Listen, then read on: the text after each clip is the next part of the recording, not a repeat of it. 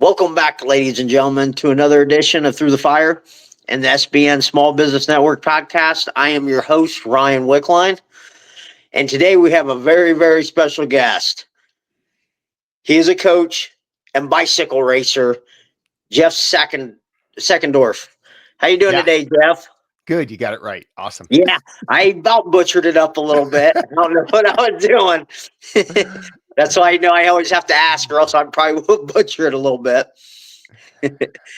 So, how you doing today? That's a great day. San Diego, sun shining, perfect day, not a cloud in the sky. I'm looking out. Awesome. Can't beat Awesome. that. Yeah. Yeah. So the number one question the audience is probably asking: who is Jeff Seckendorf? So it's not a rhetorical question. It's No. real. Um, yeah, so I'm a fitness and cycling coach. I've had a couple of long careers. I just aged up to 70, so I'm racing at a new age. So that's kind of become the forefront of my life, is to like deal with, what it's like to race a bike at age 70. But I had a long career in the film industry. I had about 35 years in the film industry, making movies and commercials and all that stuff. And then when it was time to exit that, I started from scratch a scuba certification and training agency called Unified Team Diving, and I ran that for 17 years and just sold it this year. And Wow. now I'm coaching athletes, coaching masters athletes. I have a niche coaching people with Parkinson's disease. And I'm very committed to the Parkinson's community here in San Diego. I don't have Parkinson's, fortunately, but I do a lot to support that organization, the local Parkinson's Association. Awesome. You were never involved in athletics as a kid, were you? No, no, I grew up in a home where, yeah, no, we had books and, I had a camera, and that was my thing, and that camera led me to a really long and successful career as a director of photography on movies. But I didn't really start competing. I rode a bike all my whole life. And, in high school, just after high school, somebody gave me a pair of wooden cross country skis. And I thought that was cool. So I got on those and started discovering a little bit late that I had some propensity for this.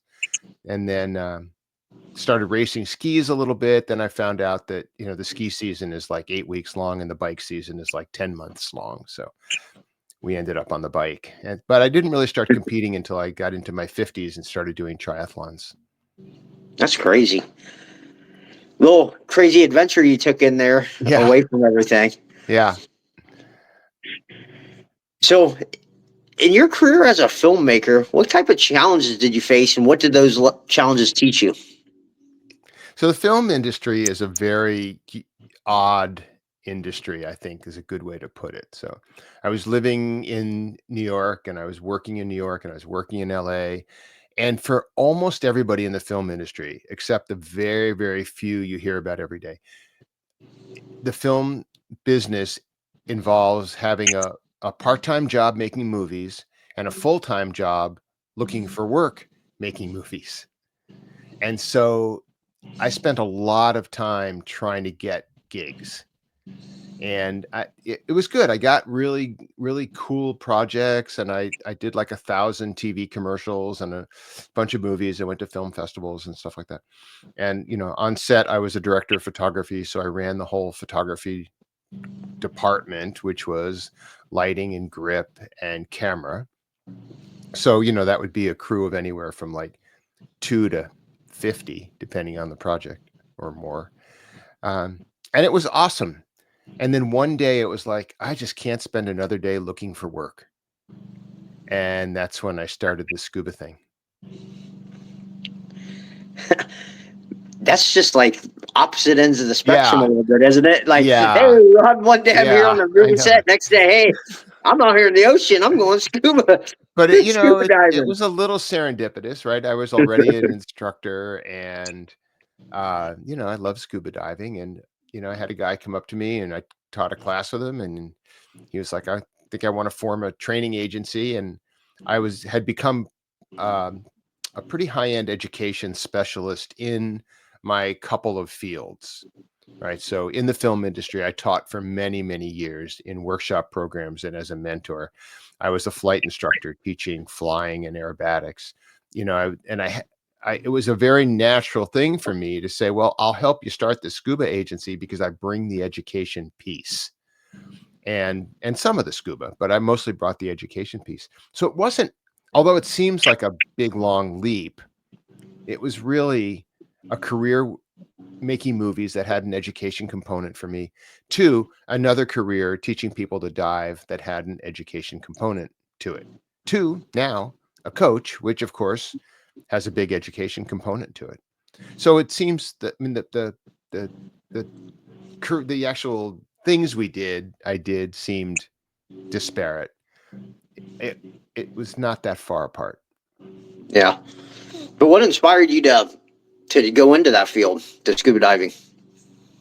Oh, it's so random, Ryan. It was like literally I was just making movies and I was just fine about that, but always kind of with my eye on something to get me out of the film business. And then this thing just came up and I was like, let's try it. You know, the safety net was filmmaking for me was a freelance scenario, so I could always go back. And, you know, when we started the scuba thing and the money was, you know, tight and we were just getting going, you know, I still ran off and did projects once in a while just because it was still fun. And, you know, the scuba thing wasn't supporting me fully yet. And so, you know, there was a transition there of a couple of years um, that made it work. You know, having a safety net, saying yes to something like that, that seems that crazy, but having a safety net, I think, is a really smart way to do it. It made the whole thing seem a lot less reckless. Yeah. So, what made you decide to leave all this behind and hop on a bicycle in your 50s? Yeah, so that was part of the scuba thing, right? The company that I started and ran was Unified Team Diving, which is a very high end boutique scuba training agency, and it has I don't want to say a fitness component to it, but you know, we stress scuba as a lifestyle, and part of that is being strong, fit, and healthy. So that was part of it, and I was just riding my bike for, you know, recreational, but recreational for me was 100-mile bike rides, you know, big tours, traveling around the world with my bike, stuff like that. It was beyond just pedaling to the park. So it was kind of a easy step one day to say, you know, I think, you know, because I ran my whole life just because running was fun. And I'm a terrible swimmer, but it was like, you know, I think I'll try a triathlon. I'm just going to try this and see what happens. And, you know, I think I was like 51 or 52, something like that. And, you know, so I signed up for a little local sprint. You know, San Diego's a huge triathlon community. And it turned out that I was pretty good at it. So, well, let's do another one. And let's do another one. And it just sort of snowballed. Um, and I started training more seriously and I started getting some level of results. And then on my 60th birthday, I just decided one day I was going to stop running competitively. Well, running at all. Um, Everybody I knew who was running was getting injured. They were getting hips and knees and ankles and tripping, and it's just horrible. So I just thought I'm going to go out on a high note, and I love the bicycle, and I was looking for, you know, something to sort of replace the whole triathlon thing with, and somebody took me to the velodrome here in San Diego. So we have a track. It's an oval 330-meter track that, you know, for bikes. And I watched the racing there, and it was so much fun because these people were sitting around telling stories, having fun, joking. Then they'd get on their bikes and do a 5-minute race or a 10-minute race and get back and joke and tell and more stories. And I was like, that might be my sport. And so I got very involved in track racing at age 60. And so I did that and still do. And that kind of led me to, you know, where I am now, which was attacking these various uh, world and uh, local and world records, distance and speed records on the bike. And that's kind of where I settled in. Awesome. I love that story of like, hey, I'm not a very good swimmer, but hey, maybe I'm a good try a triathlon. What don't you swim like a mile in that? Yeah, they're all different, but so it's swim, bike, run, right? Yeah. So you swim, everybody starts together, and then you come back after the swim and you grab your bike. And so I'd get back and there'd be like 3 bikes there, mine and 2 others. So, everybody who could swim better than me was long gone. So I would have to just do everything I could to catch them on the bike, or some of them, and then catch as many of as I could on the run at the end of it. So, yeah, swimming was a challenge. The people who do well in triathlon grew up swimming, it seems. Yeah. Kid swimmers. That wasn't me. Why do you love the bike so much? The bike is magical. It's magical. I mean, you can go anywhere. We travel with our bikes. We've done, I don't know how many trips to Europe, Australia. Um, when I was teaching a lot of scuba around the world, I would take my bike. And so, I'm in Spain or Italy or wherever and have a bike and just go for rides in the morning in all these new places. And it's a very, very personal thing. Um, and I just sort of took to it right over the years because I probably started riding when I was in my mid to late 20s when I took it seriously. So now here I am 40, 50 years down the road and still love it. Just still love it. I think there's no better exercise, right? It's doesn't impact your body. You can do it forever. You can get to go fast, slow, ride with anybody. Something very cool about the bicycle. Yeah. Do you only race on the track, or do you do road races too? I do time trials on the road. So I don't do really any mass start racing where I'm in a big group. Yeah. That's just, again, because I didn't come out of that world. It seems a little sketchy to me just because I'm not used to it. But, in a time trial, you're riding against the clock. So, it's you and the bike. I'm a good competitor against myself, which is a good thing.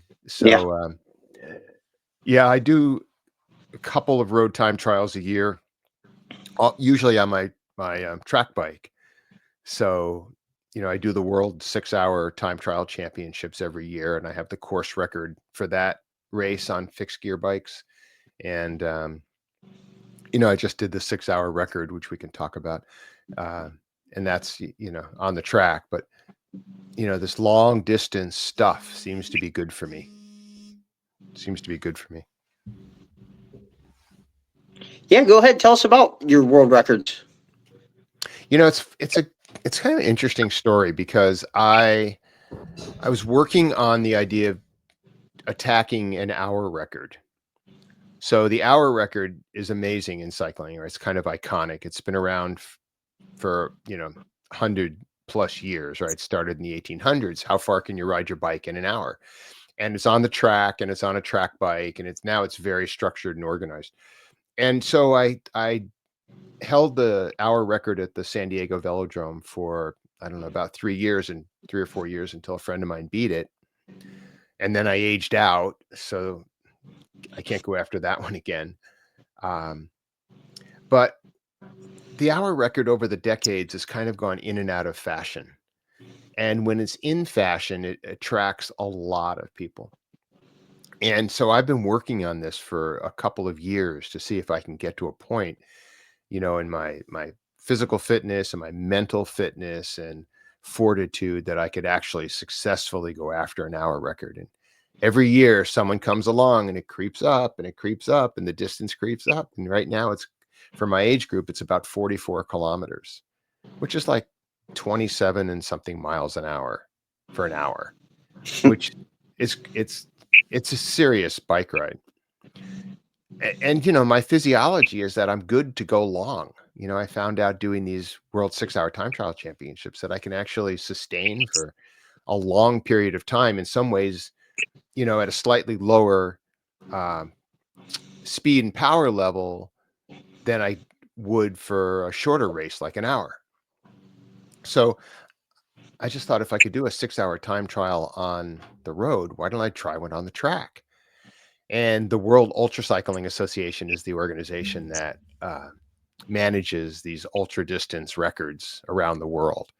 And, there are lots of different categories, but the category for an outdoor velodrome on a track bike for 100 kilometers, 100 miles, 200 kilometers in 6 hours, those records all seemed attackable for me. It seemed like knowing what I can do on the bike, I should have been able to get them.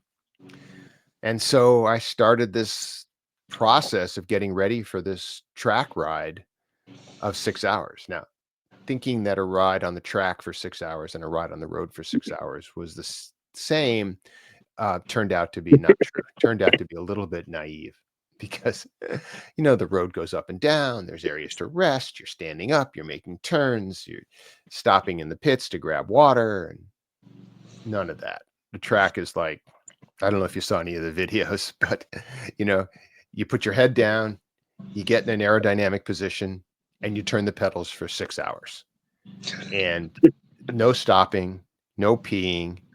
I was handed water and food because they could do hand up. So I had a friend of mine on an e-bike who would ride onto the track every half hour and hand me a bottle and a gel. And then I would just keep going. And I did it for 6 hours and 16 minutes to get to 200 kilometers. And I managed to smash all four records. Well, three, because I set the 100-mile, but I beat the 200-kilometer record by like 2 hours. That's awesome. Yeah, and it's been great because, it was more than just me, right? It was a whole team that helped me do this, and equally important, we did it as a fundraiser for the San Diego Parkinson's Association, and I raised like $15,000 for that organization, and brought a lot of awareness to that community and to the Parkinson's Association, and it was really interesting because of that $15,000, like three-quarters of it was donated by people who either didn't know about this organization or had never donated, or, were just learning about it or were coming to Parkinson's new or something like that. So, uh, from a purpose standpoint, riding with purpose, it was pretty amazing. It was pretty amazing. The cheering squad, half the cheering squad out there on the track had Parkinson's. Um, it was just great. It was a really satisfying thing to be able to take a very difficult event on a very difficult day and turn it into something really, really positive and really powerful, and doing a bunch of good work in the world, which the world could use right now. Yeah, completely agree with that. I It gave me a lot to unpack right there. Like, what type of mental toughness did it take, like during the training, and like the type of training you had to do to prepare for that? It's funny. My wife kept asking me, "When are you going to do a 6-hour ride on the track to practice this?" And my answer was always never, never. I have an amazing coach, and I understand a lot about coaching athletes. So we worked a lot on just building, my physical engine and my mental fortitude to be able to do this thing without doing like these long, long, endless rides. I did one 5-hour road ride like 2 weeks before it, which was good mentally because it meant, okay, I know I get through 5 hours, no problem. Still felt strong at the end of that. But, I'm a proponent of being able to train the next day, and doing a 6-hour ride to prepare for a 6-hour race, takes however long to recover from that. And that recovery period compromises training, right? I'm working right now with someone who is preparing for a marathon. And, we're probably going to do one 20-mile run before it. and it's going to be up against a rest week because the recovery is so long. It's just not productive. So Yeah. I just did a lot of um, interval work, tempo riding. I'd go out on the track and I'd ride the circles for an hour and a half, 2 hours, sometimes three. But I did a lot of rides on the road. I just stayed on top of it. Um, I think almost more importantly than that, because my fitness is pretty stable, right? I mean, I stay pretty fit for this. Um, but the nutritional part, the fueling part, getting the food and water right, uh, that was a huge thing, because if you don't get that right, then nothing else matters. So I was able to work with this awesome company called Fuel In, and they were incredible, getting me to a point where the fuel was amazing, right? I mean, I had done sweat rate tests, so I knew how much water I needed to replace. I had done um, really careful analysis of my expected power output for these 6 hours. And then we look back, working back from that, on the amount of carbohydrates I'd need per hour and what form it could be in. Could it be gels? Did it have to be bar? I mean, all of this stuff, which, got way more sciencey than I'm used to. Yeah. Uh, but whatever we worked out just worked. So I would, the e-bike would come up to me every 30 minutes. We had a minute, but by the rules, we had a minute every 30 minutes to do these hand ups. So I'd grab a bottle of water, drink a quarter of it, toss it, and then get a gel flask and drink about 1.5 or 2 gels, carbohydrate gels, and toss that. And then I get another bottle and drink a quarter of that and toss that. And then my buddy on the e-bike would go pick up all the empties. And then we do it again every half hour. So I was, based on the sweat rate test, I knew I had to drink a bottle an hour. That was working. Based on all the other stuff, I needed like 65 grams of carbohydrate an hour, which is very tolerable. So I was getting that. It was like amazing how well it worked. We were so prepped. I mean, I made commercials for decades, right? I just treated this like I was producing a movie. Yeah. That's Yeah. an interesting approach you took to it too. Like, the one thing I got a question about here is like the nutrition aspect that you mentioned was so important to you. Like, I work with countless young athletes, and you can't get that through to them. Like, how important nutrition is to fueling your body, and then the recovery rate you need to go compete the next day. Yeah, I have this whole thing. I do it with the athletes I coach too. There's food and there's fuel. And so the fuel drives the workout or the race. So for like the night before, 2 hours before, and then during, and then an hour after, that's fuel, right? And that's only for the race or the training. The other 20 hours a day or whatever you have left, that's food. And that keeps you alive. So if you want to lose weight, which a lot of people do, you lose weight out of the food section, but the fuel section is sacred, because if you under fuel, then you don't get the benefit of the workout. If you under eat on the food part, then you can lose weight, or in Parkinson's, gain weight, whatever we need to do. Yeah. But dividing it up, so if I'm going to burn 600 calories on the bike, I want to make sure that I've got 600 calories of fuel in me. And depending on the level of the ride, the intensity, then we split it up. How much is carbohydrate, how much can be fat, how much, how little can be protein, stuff like that. And kind of make the whole thing work in terms of, what are the reserves in your body? What do you need to replenish? How much can you tolerate? Is there gut distress if you take too much? All this other stuff in there. So on the younger athletes, it's different, because, kids recover in like 12 minutes. Yeah. Adults, we recover in like 2 days. Yeah. So, The recovery is so much different, but oh, with them, it's trying to get them to say, hey, everything doesn't have to be the bad foods. I need to yeah, fuel my body a little bit yeah, more and yeah, prepare a little bit better with a little more water and the things that are going to produce energy and yeah, not wasted stuff.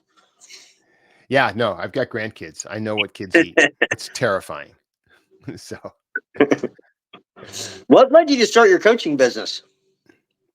again, it was one of these things that was just very natural. Um, I'd been teaching, I'd been mentoring in the film business, mentoring as a flight instructor, mentoring in scuba. And it was a very short leap to start to mentor on the bike when I got to a point where I felt like I was, qualified, had the street experience, had some credibility. And I studied a lot and I certified up and I became a personal trainer and a certified cycling coach and just started taking on athletes. But the Parkinson's thing was different. Um, my relationship with Parkinson's is that my wife is a nurse practitioner and her whole practice is Parkinson's. So that's how I came into it, right? So I now have a gazillion friends with Parkinson's. She's been leading hikes all over the world with people with Parkinson's, like Everest Base Camp and Kilimanjaro and the Dolomites and Camino de Santiago, really cool hikes. So we have these people with Parkinson's who are training for these hikes all the time. Then when COVID showed up, which was, what is it, 2020, right? Um, and I was really heavily involved in the Parkinson's community at that point. The gyms all closed and the programs, the group exercises all closed. And people were struggling because in Parkinson's, you have to exercise. It's the only thing that's known to slow the progression of Parkinson's is proper exercise. So at that point, I got together with a friend of mine and we started a company called Coach Me Strong. And it was initially very specific to people with Parkinson's. So we had coaches who understood it. They were PTs and exercise physiologists and personal trainers. And we started getting clients who needed some guidance to exercise to maintain some ability to push off symptoms of Parkinson's disease. And that went for a couple of years because COVID went for a couple of years. And it was very successful, and we served a lot of people in a really good way. And then when the gyms all started to reopen and the programs got back in person, um, Coach Me Strong kind of downturned a little bit and sort of went dormant for a couple of years. And then I still had the website up. And then I don't know, like a year ago, somebody called me up and said, "Hey, I found your website. Will you coach me?" And by that time, I had become a cycling coach, become a personal trainer, um, and I could do this myself. I didn't need to hire all the other coaches for that company. So I said, sure. And I started coaching this person with Parkinson's. And then somebody else showed up and somebody else showed up. So, right now, we're deciding whether to market it, right? I mean, people are finding Coach Me Strong. If you just search exercise coaching for Parkinson's, it comes up and people call and it's cool. Um, so I just sort of expanded on that and took on more cycling clients. I teach on the track here and it was the same as everything else, Ryan. It was just like, some of it's serendipity, some of it's being receptive to saying yes to things. And, some of it was right place, right time, make your own luck. Yeah, I love it. You just go from one thing to the next. Just You here we know, go.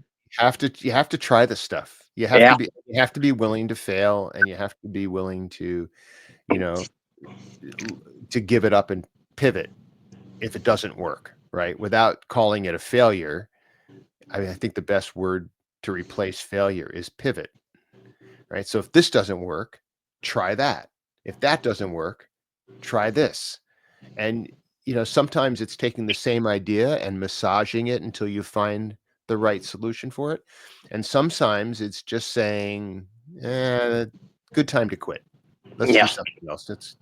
There's a thing called the sunk cost effect, right? Which is you put money or time into something that's not working, but you've invested all this time and money, so you keep doing it, even though it's not working, and you put more money and time in it, but it's still not working. But now you have so much money and time in it, you can't quit because it's got all this money and time in it, but it's not working. So being able to look at the sunk cost effect and say, okay, this is just, we got to cut our losses. This one's not going to be a winner, and pivot off that, I think is a really, I think it's why I've been able to be pretty successful in these 3 or 4 different things I've done in my life, because although there have been 3 or 4 different things I've been really good and successful at, there have been probably 10 or 15 that were like, oh, there we go. We got to pivot off that one right away. Yeah. But you try stuff because you never know what hit. I mean, Coach Me Strong hit, right? And that's kind of turned into my coaching business. But it didn't start that way. Yeah. I love that mentality though that you have right there. That's what it takes to be successful. Yeah. Take yes for, or what is it? Take no for encouragement. Yeah. Yeah. How is training older athletes different than training younger ones? Oh, it's so interesting you asked me that. I released a podcast on that yesterday. Did you see that? Or did you know No, that? No? no. That's so funny. My coach and I, Tracy Jacobs and I, recorded a podcast for the Parkinson's Association, and I released yesterday or the day before on that exact topic, the difference between working with older athletes and not older athletes. And it was a fascinating discussion because we talked about all the classic things, right? As you age up, muscle loss, bone loss, longer recovery, all the things that we sort of talked about here. But then we started looking at, well, if getting stronger or getting fitter or getting more durable or whatever you want to call it, it's never about doing the exercise, right? It's about doing the recovery. So there's a thing in training called adaptation, which is, for example, if you're doing bicep curls in the gym, you go do 30 bicep curls. You don't actually get stronger doing that. You actually get weaker, right? You microscopically injure that bicep muscle. And then over the next 2 or 3 days, that muscle heals better. More mitochondria, builds more capillaries, gets more blood flow, and builds back. So that recovery period is where the benefit of exercise manifests. And that process is called adaptation. Well, it's what you and I were talking about a few minutes ago with juniors and kids. Adaptation is adaptation. The only difference between working with a 23-year-old athlete and a 73-year-old athlete is the period of adaptation is different, right? It takes a little longer for the older athlete to get that benefit of, muscle regrowth and capillary growth and so on. But what Tracy and I came to at the end of that podcast was, it's not much different. It's kind of the same thing. Just, the pacing of things and the structuring of structured training is a little different. But, train, recover. Train hard, recover hard. And the harder you train, the harder you have to recover, and the better the benefit you get. The problem that shows up in older athletes is that many of us have a muscle memory of what it was like to be 35. Let the And ego get in the way. yeah, and that is an injury waiting to happen.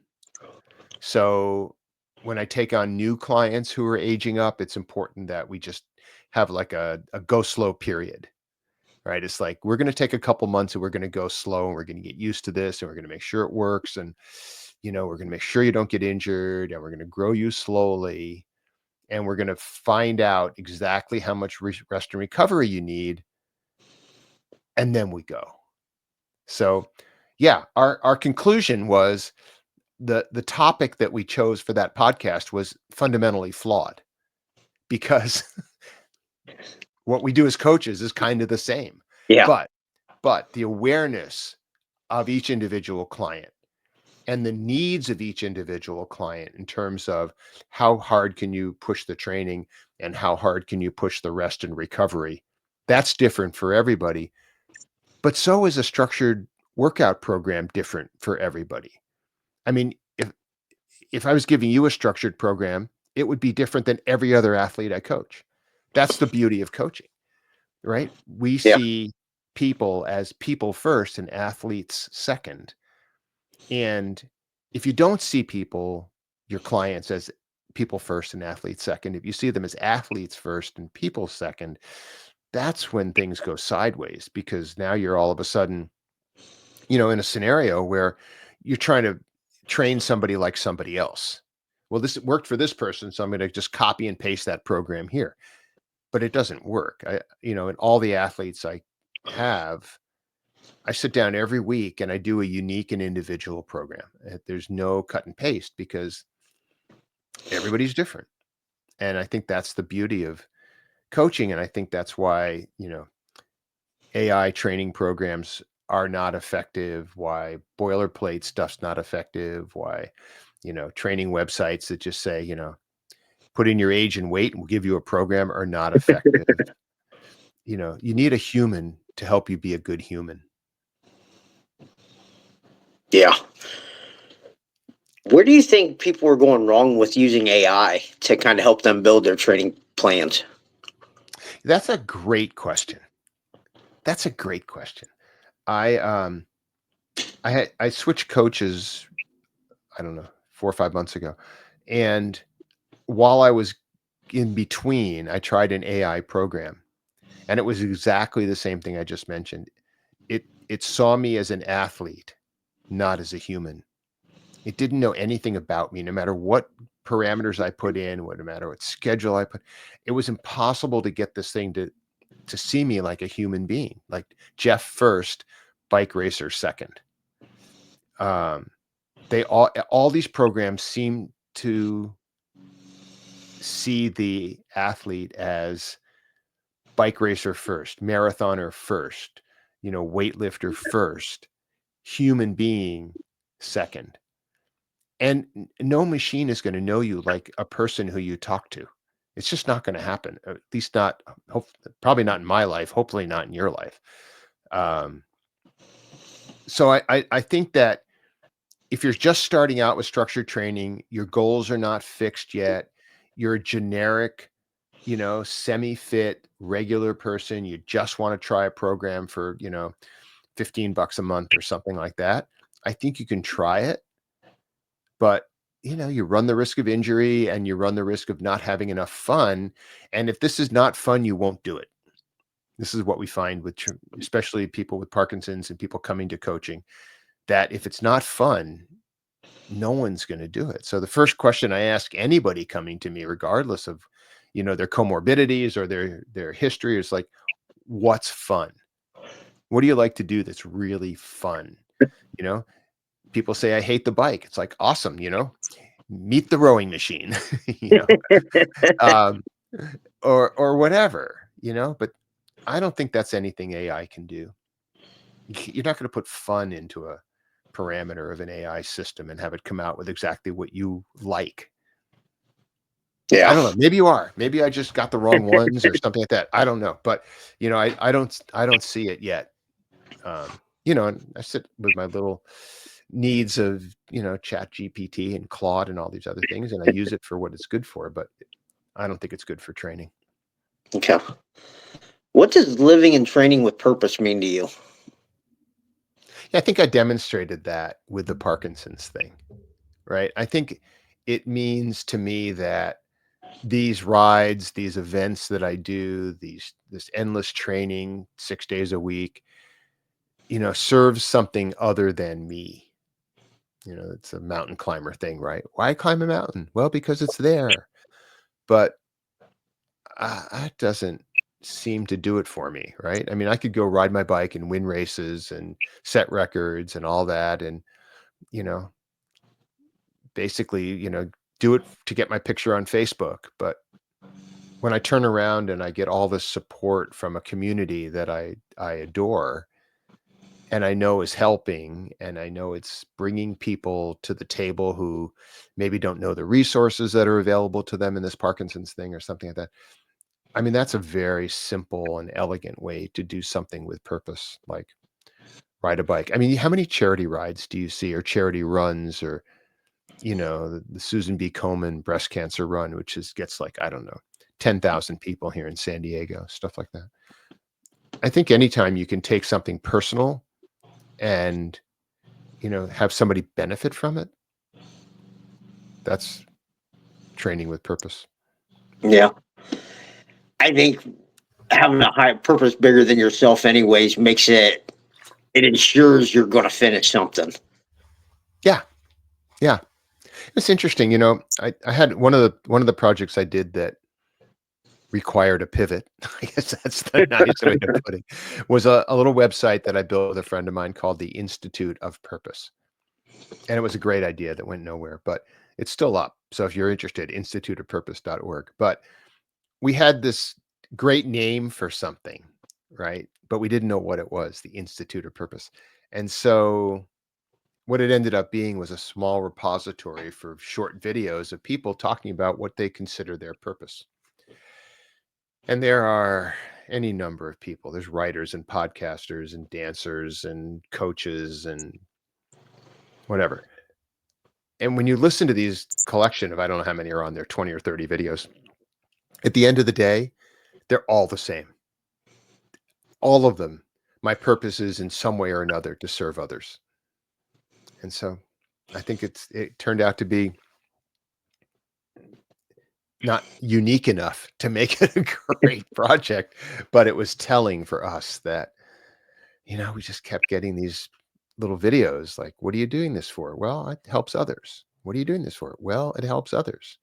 And again, we're in a time in history, at least in the US, where I think, looking down the street and figuring what you can do to help others, it's probably a good time for that. Yeah, completely agree with that. I know. I think where it might have failed was a lot of people didn't want to hear the truth on the matter that serving others above yourself is where you're going to find your real purpose at. Yeah, giving the gift. What's it? The gift is in the giving, right? Yeah. Yeah, yeah. Do you think that you need to live near your coach? No. Do you want me to expand on that? Yeah. Can you elaborate a little bit? No, because most of what we're doing now, for the most, is presenting programs through online systems. And so I don't need somebody in San Diego to go ride their bike in San Diego when they can ride in, Detroit or New York or Texas, or it doesn't matter. It doesn't matter. Um, no, I don't think I've ever lived near my coach. My current coach is in Boulder. It's like, I don't ever go to Boulder. So, and she doesn't ever come here, but, no, I don't think it matters at all. I think you just need to find the right person who is willing to be communicative with you. As a coach, the thing I hate the most is radio silence. I want people emailing, texting, calling whenever they feel like they need it. Um, you know, the idea, I have clients who, well, I don't want to call you because I don't want to bother you. It's like, that's what That's you're what I'm here paying for. for. That's, well, it's not only what I'm here for, it's what you're paying for, right? It's like, it's not a bother. This is what we do. So I think that, again, that's the only way you get to learn about somebody, is communicate with them. But I don't need to watch somebody go for a run. We do a Yeah. lot by video. Like on the bike, I do a lot of like, let me see you on the bike. Let me see what you look like on video. And, we do a lot of that. But, no, we don't need to be near them. Do you I think we completely- need to be near your coach? I don't. I mean, my one coach is a state away. Like some of the kids I coach, they're near me, but like towns away. You I think know, I think kids are different though, Ryan, because but I can like I'll go watch them here and yeah, there, but yeah, I don't need to be. I can talk to them on the phone and yeah, kind of gauge everything a little bit. So yeah. I I don't mean, work with it's all from person to person too. I think as long as there's accountability there, everything will work out how it's supposed to be. yeah, I think so too. I think I don't work with young athletes, Yeah. but I do think that um, you know when you have an attention span of a gnat, it probably helps to be close. But yeah, no, Yeah. I love the quote on your website. Vision without action is a daydream. yeah, Action without vision is a nightmare. What yeah. does this mean to you? Well, I think it's pretty clear, right? If you can if you don't have a plan, you just have to like close your eyes and run and see what you hit. Um, I heard that quote, I don't know, 40 years ago, and it was just listed as, you know, anonymous Japanese quote is all it said. And I've had it in my mind ever since. So yeah, I think, a little vision goes a long way. It Yeah. doesn't have to be successful. we've been talking about that, right? But a little bit of a plan ups your chances for success exponentially. So yeah. I said that's a very good quote because it drew my attention right away when I went Yeah. to your site. Like, man, Yeah. that is awesome quote. I like Yeah. that. Yeah. I'll have to save that one for sure. Yeah. How important has personal development and upgrading your mindset been for you on this journey? Oh yeah. Something between a lot and a lot more. One of the things that happens when you do hard sporting events, like a 6-hour bike ride on the track, is you start to realize that you can kind of do anything.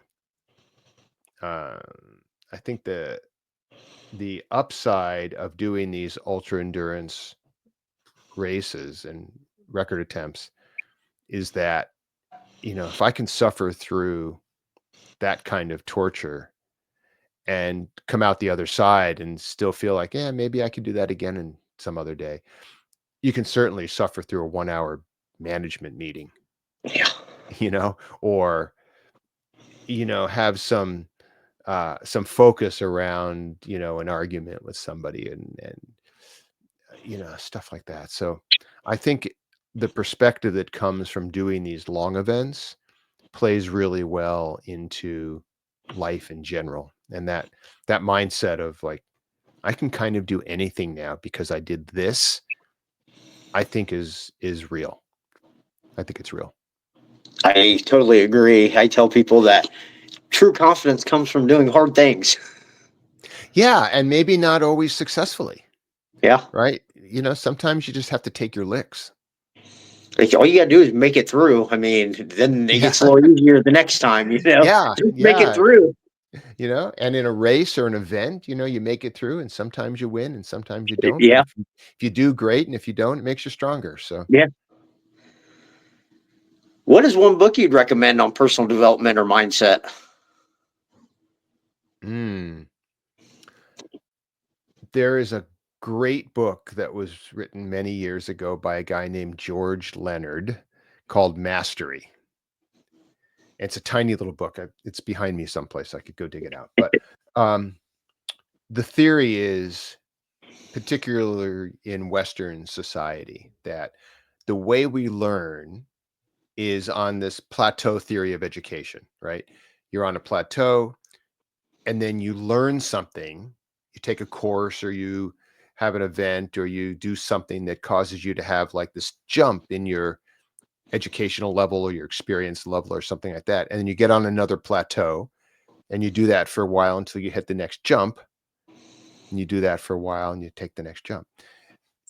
The theory that he put forth is that the cool part of life is on the plateaus where you just got this big boost of education and now you get to experience it.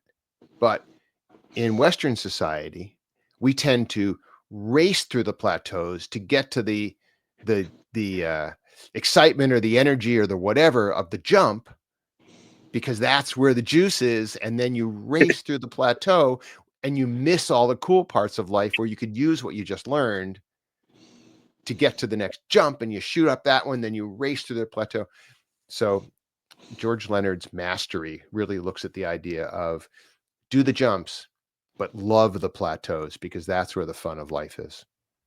Wow, that's a interesting change in perspective for people to realize. I know even myself because I get on that plateaus like, man, I'm waiting for that next jump. Exactly. No, it's exactly right.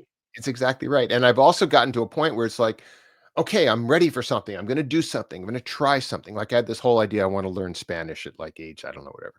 And my wife grew up in Argentina. She's American, but she grew up in Argentina, so she's fluent. Has no patience to teach me how to speak Spanish. That's we.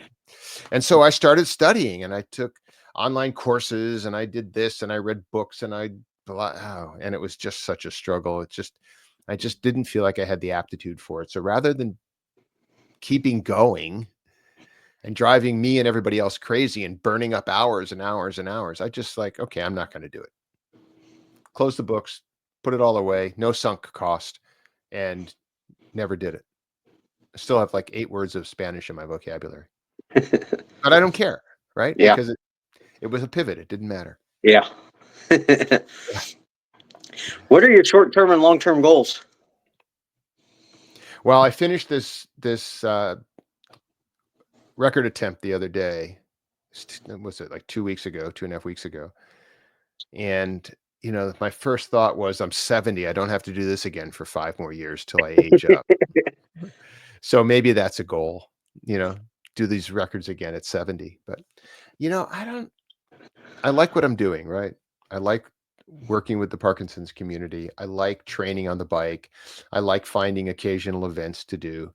I'm not in any way goal-less, but I'm also not obsessed by the next goal, the next race, the next thing. It's just I'm having fun, right? We have grandkids.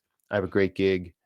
Um, I have a great bike. I have a great track community. I'm moving forward and making sure that every day is super fun. And I'll do more races and I'll do more events and I'll set more records or at least try them. But yeah, I'm not obsessed by one thing or one other thing. It's just I kind of have it dialed in now after all these years. It took you a while to get there, though, huh? I think it probably takes everybody a while to get here. I Yeah. look at the way my parents did it, my grandparents did it, um, and I look at what's happening with the grandchildren now, where they're, you know, all over the map, and they're young. They should be all over the map, but we have a generation of people. So my dad had like 2 jobs in his career, right? He was a teacher, and then he was a bureaucrat in state government. That was it. And he did the last one for like 25 years or 28 years, something like that. Now, what's the average length of time someone spends in a job? 2.5 years? Yeah, not very long. Not very long. It's like, dudes, get some patience. Be good at something. Become a master of something before you race off to become a hack at something else. So, yeah. Yeah. How can people get a hold of you? For coaching, Coach Me Strong, that works really well if you're, interested in the Parkinson's thing, or just jeffscoaching.com is that's the website. It's got, way too much information on about me, but give you an idea of, cycling, scuba, filmmaking, keynote speaking, all that kind of stuff. Yeah. Awesome. Is there anything we haven't covered that you want to talk about? No, that was fun. Yeah, it was fun to have this conversation with you and, talk about the rides and, you know, talk about what I don't know is next because I don't know.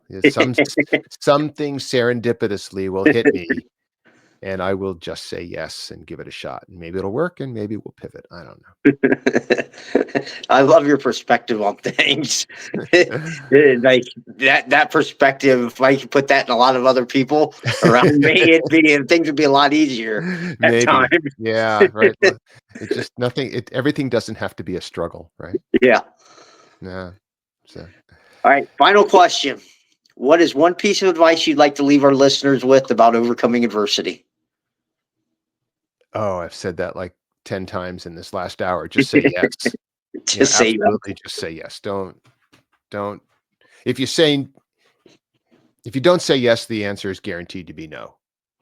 Right? If you don't ask the question, the answer is guaranteed to be no. So, if it looks like it might be interesting, have a whack. Find a safety net.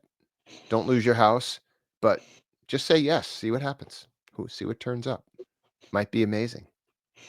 I love that advice. I love it.